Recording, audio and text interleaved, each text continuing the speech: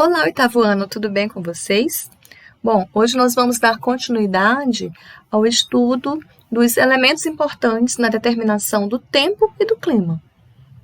Nessa aula vamos falar de umidade do ar e sua relação com o índice pluviométrico, com o índice de chuvas, tá? Mas antes eu vou colocar aqui para vocês algumas questões de conhecimento prévio, e aí eu peço que ao final da aula vocês retornem aqui e revejam as suas respostas. Comparem com aquilo que vocês aprenderam, certo? Isso é muito importante. Bom, primeiro é simples, né? Você sabe o que é a umidade do ar? Alguma ideia vocês precisam saber, né? Porque não é um conteúdo novo. Lá no sexto ano, vocês estudaram um pouquinho sobre umidade do ar. Então, tenta dar um conceito. Existe relação entre a umidade do ar e a chuva? Também é simples essa. Já ouviram falar em higrômetro, psicrômetro e pluviômetro?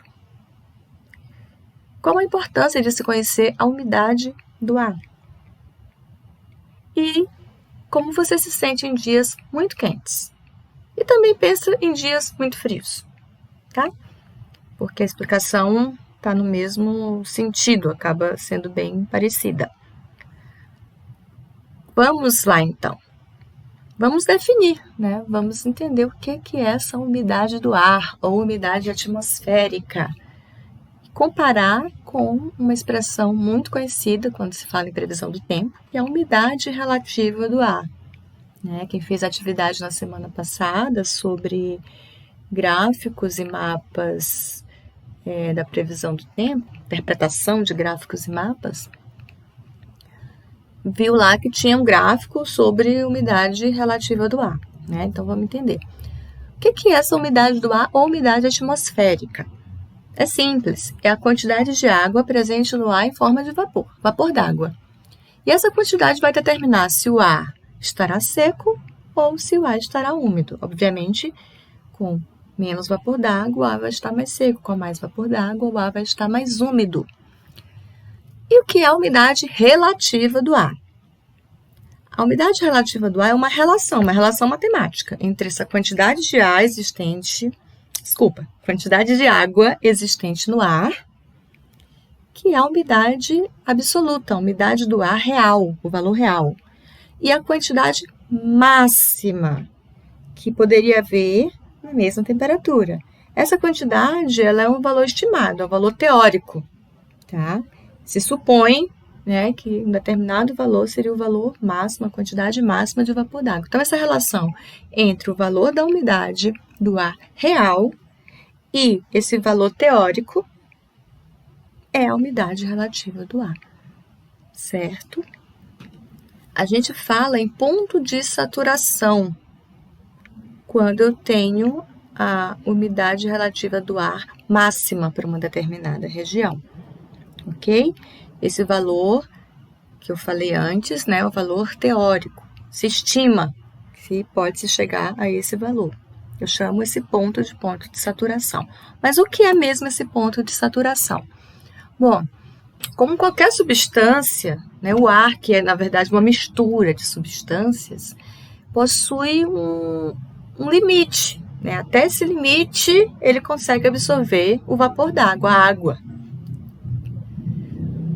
que está na atmosfera. Esse ponto eu chamo ponto de saturação. Esse limite eu chamo ponto de saturação.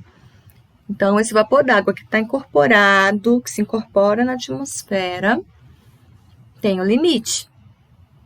Abaixo desse limite, abaixo desse ponto de saturação, eu tenho um ponto de orvalho, que é quando a gente vê as gotículas d'água ali nas folhas, né, ou quando tem neblina. E acima desse ponto de saturação, eu tenho a chuva. Acima desse ponto de saturação, a água cai, precipita na forma de chuva, tá bom? Bom, agora, como que se mede, né? Já que ela é tão importante, inclusive, é dito que a umidade do ar é o elemento mais importante na determinação do tempo e do clima. Então, existem aparelhos específicos para medi-la. A gente tem o higrômetro e o piscicrômetro. O higrômetro, ele não é exclusivo das estações meteorológicas, por isso que vocês estão vendo essa imagem aí, eu coloquei propositalmente, né? Ele tá do ladinho de um violino, por que ele tá aí, né? Vamos entender. Bom, a maioria dos higrômetros, eles têm na sua constituição fio de cabelo humano ou sais de lítio, tá? São substâncias chamadas de higroscópicas. Elas têm capacidade de absorver a umidade do ar com muita facilidade. Então, eles usam essas substâncias, esses materiais, né, melhor dizendo, na construção do higrômetro. Principalmente nas estações meteorológicas, tá? Nos estudos do clima, mas também em alguns locais, como museus, bibliotecas, laboratórios. Também se usa os higrômetros para medir a umidade do ar, né? Quando nesses locais fechados, muita umidade ou pouca umidade pode causar danos aos materiais, certo? O piscicrômetro é um outro aparelho usado para medir a umidade. Ele é constituído aqui por 2 termômetros iguaizinhos, colocados ao lado do outro. A umidade do ar vai ser medida por meio da temperatura, né, das variações de temperatura. Então, existe um termômetro chamado de bulbo seco, outro de bulbo úmido. A gente não vai aprofundar aqui o funcionamento desse piscicrômetro. Daria uma aula só para falar do funcionamento do piscicrômetro. Quem tiver interesse pode buscar ou me perguntar e eu posso explicar um pouco mais, certo? Então, são esses 2 instrumentos que se tem para medir a umidade do ar. Bom, como eu falei antes, né, a umidade do ar é considerada o principal elemento no estudo, na determinação do tempo e do clima. Então, a gente pode verificar os efeitos da umidade do ar nas temperaturas e também no regime de chuvas. Vamos entender isso, tá? Quando a gente tem ambientes em que a umidade do ar é mais alta, as temperaturas variam menos. Então, tem menos oscilação ao longo do dia, né? Entre a manhã e a noite. A gente fala que a amplitude térmica é menor. Toda vez que eu tenho uma pequena variação de temperatura ao longo do dia, eu falo que a amplitude térmica é baixa. Então, quanto maior for a umidade do ar, menor é a amplitude térmica, menor é a variação da temperatura ao longo do dia. Quando o ar está mais seco, menos úmido, quando a umidade do ar está baixa, ocorre o processo inverso, ou seja, eu vou ter grandes amplitudes térmicas, uma grande oscilação de temperatura ao longo do dia. Agora, no recente outono, a gente percebeu muito isso.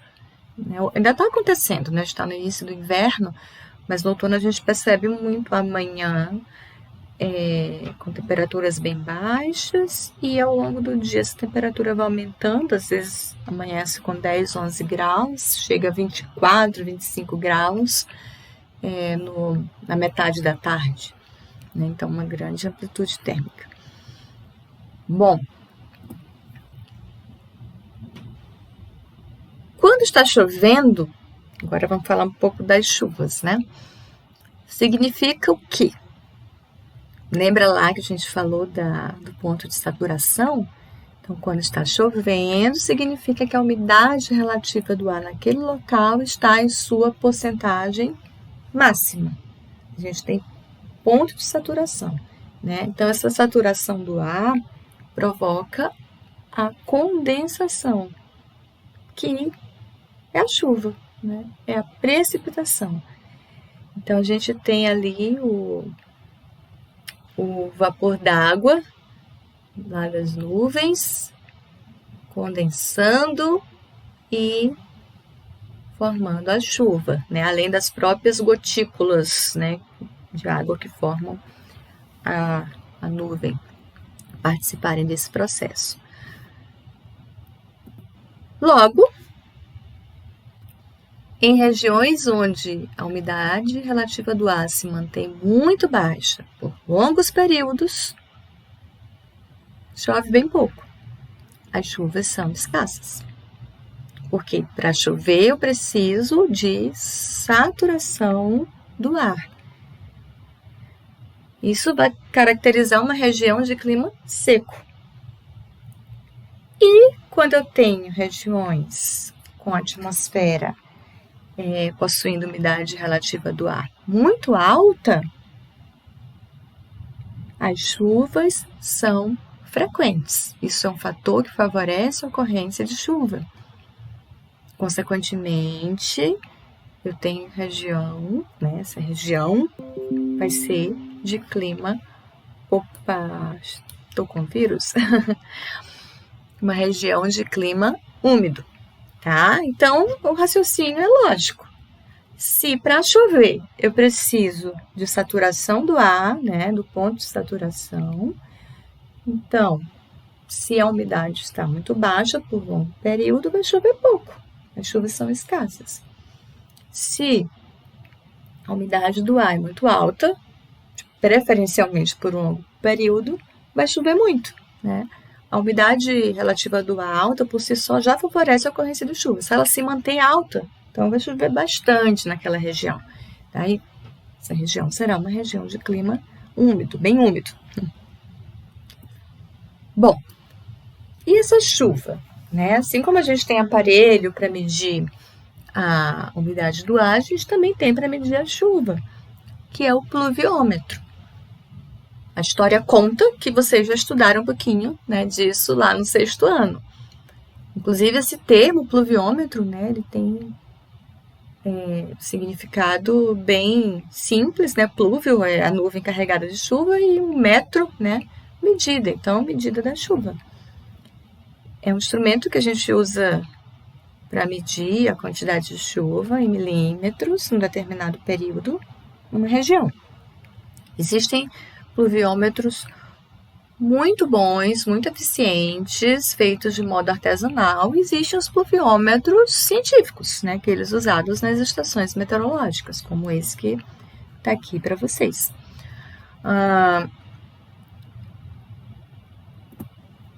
Quando a gente fala em medida de chuva, a gente fala sempre em milímetros.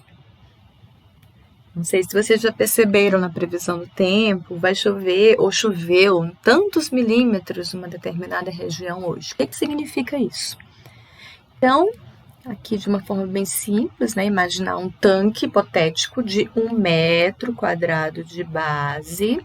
Se a gente jogar 1 litro de água dentro desse tanque, né, dentro desse cubo, a gente teria uma lâmina de água de 1 milímetro. Então, choveu 1 milímetro hoje. É o equivalente a essa medida aqui, tá bom? Só para vocês terem ideia. Choveu 10 milímetros, 20 milímetros, certo? Então, essa medida da chuva ela é bem simples. E é muito importante, tá?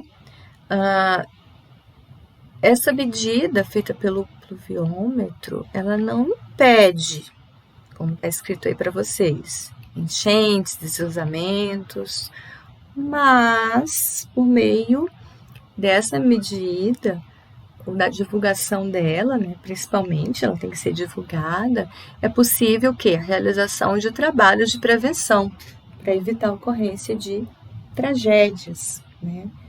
A gente já viu muito aqui no Brasil enchentes, deslizamentos por conta de chuvas que não foram devidamente monitoradas, as pessoas não foram devidamente avisadas e os danos foram muito grandes, inclusive perda de vidas, tá? Então, como está escrito aqui, essas medidas que se faz com o pluviômetro, elas têm o papel de contribuir para a percepção ambiental. Então, aqui como está dito, ao verificar o aumento ou a diminuição das águas da chuva, pode trazer benefícios, principalmente alertar a sociedade, tá? Na agricultura também é muito benéfica nessa medida do regime de chuvas para a questão da colheita. né, como será feita, quando será feita, tá, de acordo com as chuvas. Agora, falando um pouquinho da classificação das chuvas, de acordo com a intensidade de precipitação, que é o índice pluviométrico, né, o chamado índice pluviométrico.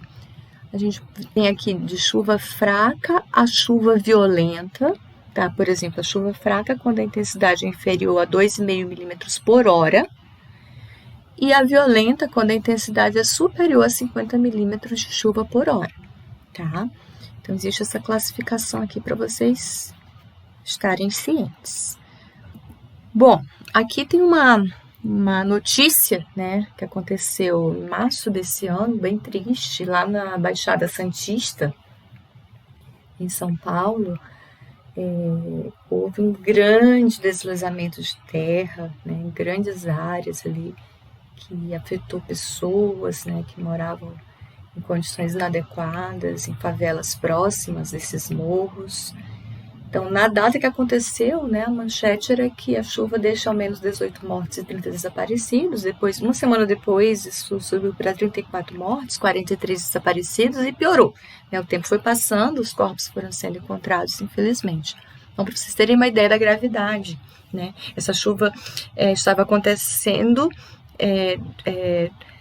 de maneira fraca, né, e de um dia para o outro a intensidade dela aumentou muito, mas havia como prevê-la. Havia como prevê-la pela umidade do ar, pelas massas de ar que estavam se deslocando, mas a população não foi alertada, tá? Bom, em 12 horas choveu na região mais que o esperado para todo o mês de março. Aí eles dizem aqui que entre 18 horas do dia anterior e 6 horas de hoje, no caso, no dia 3 de março, né, Guarujá, que é uma cidade da Baixada Santista, acumulou 282 milímetros de chuva. Em Santos foram 218 milímetros. Segundo a Defesa Civil, a previsão é que chova entre 60 e 70 milímetros nas próximas 24 horas. Depois da tragédia, né, foi divulgada essa previsão. As pessoas, né, quem conseguiu não ser afetado pôde sair do local, mas enfim, né, a chuva ela traz benefícios, mas também, se não for monitorada, pode ocasionar em grandes tragédias.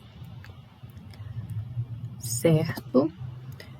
Continuando aqui a falar da umidade do ar, existem fatores que influenciam diretamente na quantidade de umidade do ar, aquela porcentagem, né, medida pelos aparelhos.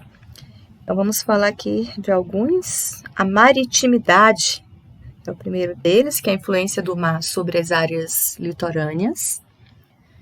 A umidade do ar nas regiões litorâneas, nas cidades litorâneas, ela é sempre maior, né? Ela tende a ser maior, porque existe constantemente a evaporação das águas, né, das águas oceânicas. Então, em razão desse elevado índice de evaporação das águas oceânicas, a gente tem sempre a umidade do ar maior nas regiões litorâneas. Já nas regiões continentais, interior, né, o ar tende a ficar mais seco, a não ser que outro fator modifique o cenário, né, uma massa de ar carregada de umidade chegue ali, né, vai modificar o cenário, mas no geral o ar vai ser mais seco nas regiões que não tem influência da maritimidade, tá bom? Outro fator, né, até já comentei antes, é essa movimentação das massas de ar. Se as massas de ar estão cheias de umidade, carregadas de umidade, a tendência é aumentar os índices de chuva naquela região. E quando as massas de ar não estão assim tão carregadas de umidade, quando são massas de ar seco, elas acabam levando a conservar o ambiente também sem umidade, tá? Elas não vão interferir, né, no aumento do índice, já que elas estão com déficit, né, de umidade do ar. Essas massas de ar, elas podem se movimentar, como vocês já viram, né? Elas podem ser levadas para outro lugar e se elas estiverem carregadas de umidade, aquela região, né, vai também ter a umidade aumentada. Se não, né, se as massas forem de ar seco, elas não vão interferir, né, não vão fazer aumentar, logicamente, a umidade do ar naquela região que as recebeu, tá? E a vegetação? A vegetação, ela influencia bastante no índice de umidade do ar. O exemplo mais clássico que a gente tem é a floresta amazônica. Acho que todos vocês já ouviram falar, né, que a floresta amazônica ela emite uma grande quantidade de água para a atmosfera por meio de um fenômeno chamado de evapotranspiração, tá? O que é a evapotranspiração? É a evaporação da água do solo que vai para a atmosfera e a transpiração das plantas pelas folhas, certo? Esse fenômeno ele vai aumentar a quantidade de água que existe na atmosfera em forma de vapor. E normalmente, né, a região amazônica tem altos índices de umidade, assim como as regiões litorâneas. E lembra da movimentação das massas de ar, né? Essa massa de ar úmido pode se deslocar para outras regiões, levando essa umidade junto, tá bom? Agora, os efeitos da umidade do ar sobre a nossa saúde, certo? Tinha uma perguntinha lá no começo. A importância de se estudar a umidade do ar não é só pela questão climática em si, mas a umidade do ar ela afeta diretamente a nossa saúde. Então, aqui alguns dados da Organização Mundial de Saúde, tá? O nível ideal de umidade do ar para o nosso organismo é em torno de 40% a 70%. Mais na frente eu tenho outros dados para vocês, tá? De risco, questão de risco. Quando a umidade do ar, vou separar, tá? Depois eu separo aqui. Quando a umidade do ar está muito baixa ou muito alta, também tem a questão dela estar muito alta. Pode haver problemas para a nossa saúde. Principalmente, claro, os problemas respiratórios. Tá? Então, de 40% a 70%, na verdade, se fala em 60%, né? Uma média de 60% seria o ideal. Abaixo, muito abaixo de 40%, na verdade, abaixo de 20%, o problema é sério, passa, né, a ser sério. Os cuidados têm que ser maiores, e quando a umidade está alta também, existem alguns probleminhas que a gente vai falar já já. Vamos entender primeiro. Quando o ar está mais úmido, a gente transpira mais, certo? Por quê? Porque a água do nosso corpo tem mais dificuldade para evaporar. Então, essa transpiração, ela vai acontecer mais e na forma líquida, tá? O vapor d'água que a gente elimina na respiração, ele acaba sendo inibido. Então, a gente vai transpirar mais e é uma transpiração líquida. Por outro lado, se o ar está mais seco, a gente também vai encontrar problema, porque a respiração da gente vai ficar menos lubrificada. As mucosas estão mais ressecadas. Isso pode até gerar o sangramento nasal. Outro efeito que a gente tem do aumento da transpiração, é o aumento da transpiração, né, com maior perda de líquido do nosso corpo para o ambiente, tá? Então, a gente tenta... o nosso corpo ele tem um mecanismo de termorregulação incrível, mas que está muito relacionada com a transpiração. Mas se a gente perde muito líquido e o dia está muito seco, a gente pode ter problemas, tá? Também quando está muito úmido, a gente transpira e o suor ele tem mais dificuldade para evaporar. E é justamente essa evaporação que ajuda a refrescar o corpo. Vamos ver a consequência disso, né? Ou as consequências disso já já. Vamos lá.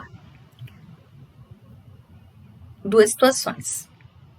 Com a umidade muito baixa, como eu tinha falado antes, menor que 20%, alergias, sinusites, asmas, tudo que é problema respiratório, né? Tende a se agravar, como eu já comentei antes, a respiração é menos lubrificada, porque as mucosas ficam mais ressecadas. Tem gente que tem sangramento nasal quando a umidade está muito baixa. O olho tem a sua mucosa que vai ressecar também, o olho fica muito irritado. A pele, tem gente que sente na pele, né? A pele fica muito mais seca quando a umidade está baixa. Quando a umidade do ar está muito alta, além dos problemas que a gente tem ali com a retirada, né, do calor do corpo pela evaporação, pela dificuldade na evaporação, a gente acaba transpirando, né, de forma líquida e esse suor ele não evapora como deveria evaporar. Tem a questão de poder surgir os fungos, né, em forma de mofos, bolores, os ácaros também. Muita gente é alérgica a fungo, é alérgica a ácaro. Isso traz um problemão também na questão da saúde respiratória, tá bom? Aqui para vocês darem uma olhadinha naqueles índices que eu disse que ia falar um pouco mais de umidade do ar, de 40% a 30%, né, estado de observação, 29 a 20 atenção, 19 a 12 alerta, abaixo de 12 emergência total.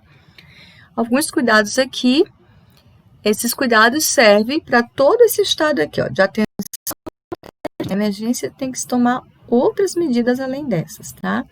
Então, evitar exercícios físicos ao ar livre, especialmente entre 10 e 16 horas. Crianças e idosos tem que ter bastante atenção, né, com eles. Os idosos, eles já têm uma tendência à desidratação, as crianças acabam não tendo controle, né, sobre a ingestão de líquidos, então tem que ter bastante cuidado.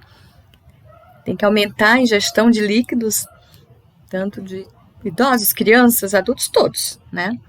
Os ambientes devem ser umidificados com aqueles umidificadores, os aparelhos, né, chamados umidificadores, ou toalhas úmidas, né, bacias com água nos quartos, especialmente na hora de dormir. E aqui tem até um alerta, né, quando entra em estado de emergência, as aulas nas escolas podem até ser suspensas, certo? Bom, falando um pouco, continuar a falar sobre a questão da saúde, né? O que acontece quando o dia está muito quente e a umidade do ar está muito elevada? Né? Só as imagens aí já dizem bastante sobre isso. Lembre do que eu falei, como é que ocorre a transpiração nesses dias de umidade muito alta. Vamos pensar. Tadinho do doguinho, né? Derretendo nesse calor. Bom, a gente vai ter uma sensação térmica maior do que realmente está a temperatura do ar. Tá? Como eu tinha comentado rapidamente antes, nosso corpo vai se refrescar quando o suor que a gente elimina evapora. Então, a gente transpira, né? A gente elimina o suor na forma líquida, né? A gente também elimina vapor d'água na nossa expiração, mas vamos falar desse suor que é eliminado e refresca o corpo também. E toda vez que a gente transpira, o calor, o correto é que o calor seja retirado do corpo junto com essa transpiração, na verdade, com a evaporação desse suor. Então, O suor que a gente elimina tem que evaporar para que o calor seja retirado do corpo e a gente se refresque. Só que com a umidade do ar muito alta, né? Lembra que eu coloquei lá o que ocorre num dia de temperatura muito alta e umidade do ar também. Então, o ar vai estar saturado de vapor d'água e aquela evaporação tão necessária para a gente se refrescar vai se tornar bem difícil. Então, a perda de calor é reduzida, é inibida. Aquela sensação de abafamento que a gente sente nesses dias muito quentes é normalmente quando a umidade do ar está alta. Tá? Então, nesses dias a gente vai ter a sensação térmica superior, né? Além do que realmente está a temperatura do ar. Eu já passei mal no zoológico, na minha primeira visita ao zoológico, porque estava exatamente assim, um dia com a temperatura muito alta e a umidade do ar também estava alta. E aí me deu todo um mal-estar por conta disso. E o que acontece nos dias frios, quando a umidade do ar também está elevada? Então percebam que a sensação térmica ela é intensificada quando a umidade do ar está elevada. Se está quente, se a temperatura está alta, a gente vai sentir ela mais alta. E se está frio, a gente vai sentir mais frio. Então a gente vai, nesse caso aqui, dos dias frios, em lugares com a umidade do ar elevada, a gente vai ter a sensação térmica inferior à temperatura real do ar. Vou sentir mais frio. Então vale para os dois extremos, né? Calor e frio vão ser intensificados por conta da umidade do ar elevada. Então, perceberam como a umidade do ar ela interfere não só na determinação do tempo e do clima, mas também diretamente na nossa saúde, no nosso bem-estar, o nosso mal-estar, né, frente à temperatura, certo? A saúde respiratória sofre bastante com isso. Depois vocês podem acessar um podcast do Dr. Drauzio Varella, do médico Drauzio Varella, justamente falando sobre esses efeitos da umidade no nosso corpo. Só que ele vai focar na umidade do ar baixa, certo? Que é muito importante também por conta das questões respiratórias que isso pode acarretar, certo? Então, vocês façam certinho, sigam todas as orientações. Ainda temos mais uma aula que vocês devem acompanhar em seguida, de preferência, sobre pressão atmosférica, que é um outro fator que interfere na determinação do tempo e do clima, certo? E vamos lá, né? Vamos seguindo com os estudos. Um abraço e até a próxima, tá?